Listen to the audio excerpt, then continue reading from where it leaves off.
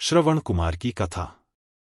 महाराज दशरथ ने कहा, कौशल्य, यह मेरे विवाह से पूर्व की घटना है। एक दिन संध्या के समय अकस्मात मैं धनुष बाण ले रथ पर सवार हो शिकार के लिए निकल पड़ा। जब मैं सरयू के तट के साथ साथ रथ में जा रहा था तो मुझे ऐसा शब्द सुनाई पड़ा मानो वन्य हाथी गरज रहा हो।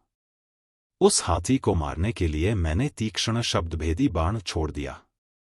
बाण के लक्ष्य पर लगते ही किसी जल में गिरते हुए मनुष्य के मुख से ये शब्द निकले, आह, मैं मरा। मुझ निरपराध को किसने मारा? हे पिता, हे माता, अब मेरी मृत्यु के पश्चात तुम लोगों की भी मृत्यु जल के बिना प्यासे ही तड़प तड़प कर हो जाएगी। न जाने किस पापी ने बाण मारकर मेरी और मेरे माता पिता की हत्या कर डाली। इससे मुझे ज्ञात हुआ कि हाथी की गरज सुनना मेरा भ्रम था, वास्तव में वह शब्द जल में डूबते हुए घड़े का था। उन वचनों को सुनकर मेरे हाथ कांपने लगे और मेरे हाथों से धनुष भूमि पर गिर पड़ा। दौड़ता हुआ मैं वहां पर पहुंचा जहां पर वह मनुष्य था। मैंने देखा कि एक वनवासी युवक रक्तरंजित पड़ा है और पास ही एक घड़ा जल में पड़ा है।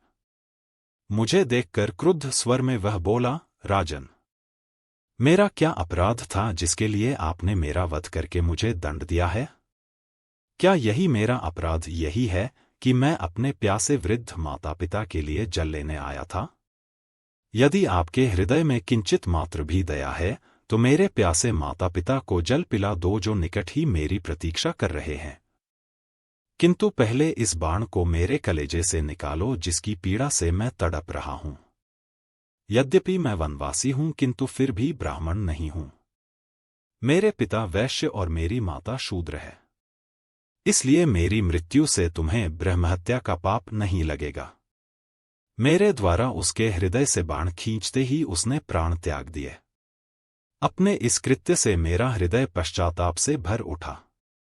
घड़े में जल भरकर मैं उसके माता पिता के पास पहुंचा। मैंने देखा वे दोनों अत्यंत दुर्बल और नेत्रहीन थे।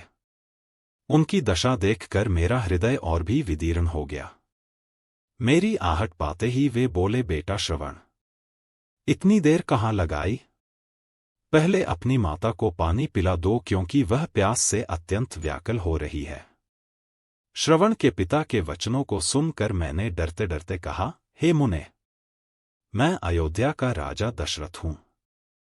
मैंने अंधकार के कारण हाथी के भ्रम में तुम्हारे निरपराध पुत्र की हत्या कर दी है। अज्ञानवश किए गए अपने इस अपराध से मैं अत्यंत व्यथित हूं। आप मुझे दंड दीजिए। पुत्र की मृत्यु का समाचार सुनकर दोनों विलाप करते हुए कहने लगे, मन तो करता है कि मैं अभी शाप देकर तुम्हें भस्म कर दूं और तुम्हारे सिर के 7 टुकड़े कर दूं। किंतु तुमने स्वयं आकर अपना अपराध स्वीकार किया है, अतः मैं ऐसा नहीं करूंगा। अब तुम हमें हमारे श्रवण के पास ले चलो। श्रवण के पास पहुंचने पर वे उसके मृत शरीर को हाथ से टटोलते हुए हृदय विदारक विलाप करने लगे। अपने पुत्र को उन्होंने जलांजलि दिया और उसके पश्चात वे मुझसे बोले, हे राजन, जिस प्रकार पुत्र वियोग में हमारी मृत्यु हो रही है उसी प्रकार तुम्हारी मृत्यु भी पुत्र वियोग में घोर कष्ट उठाकर होगी।